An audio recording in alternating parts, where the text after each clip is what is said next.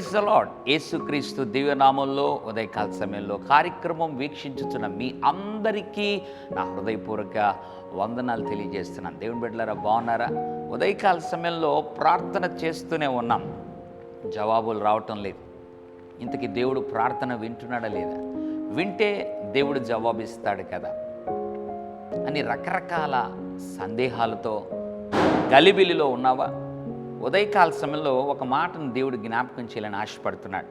యేసు ప్రభువారు సమాధి చేయబడి 3వ దినమున మృత్యుంజయుడై లేచిన తర్వాత కొన్ని దినాలు తను తాను సజీవునిగా కనపరుచుకుంటున్నటువంటి దినాల్లో యేసు ప్రభు శిష్యులు గలిలయ కొండ మీద ఉండగా యేసు ప్రభు ప్రత్యక్షం కాగా ఒక అద్భుతమైన మాట దేవుడు మన జ్ఞాపకం చేయాలని ఆశపడుతున్నాడు. ఏంటా మాట?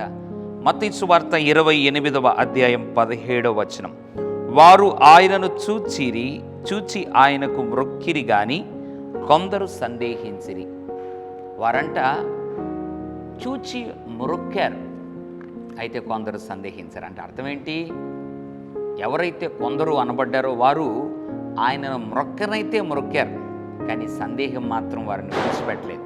అవును, మన ప్రార్థన జీవితాల్లో దేవుని బిడ్డలారా సంపూర్ణమైనటువంటి విశ్వాసము, నమ్మకం ఉండాలి.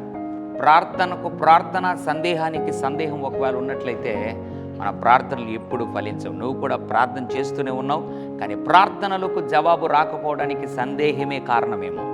కాబట్టి ఉదయకాల సమయంలో ప్రభువా, నాకు ప్రార్థన ఉంది కానీ సందేహము కూడా ఉంది. సందేహము తొలగించి ఒక బలమైన విశ్వాసం, నమ్మకము నాకు ఈ ప్రభువా నన్ను ప్రార్థన చేయగలిగితే నిశ్చయముగా దేవుడు నీ సందేహం అంతటిని తొలగించి నీ ప్రార్థనకు జవాబిస్తాడు. పరిశుద్ధుడా, ప్రేమగల తండ్రి, నీకు వందనాలు.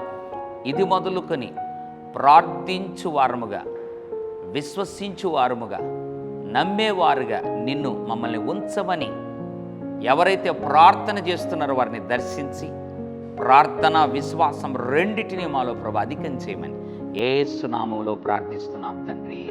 Amen, amen. God bless you.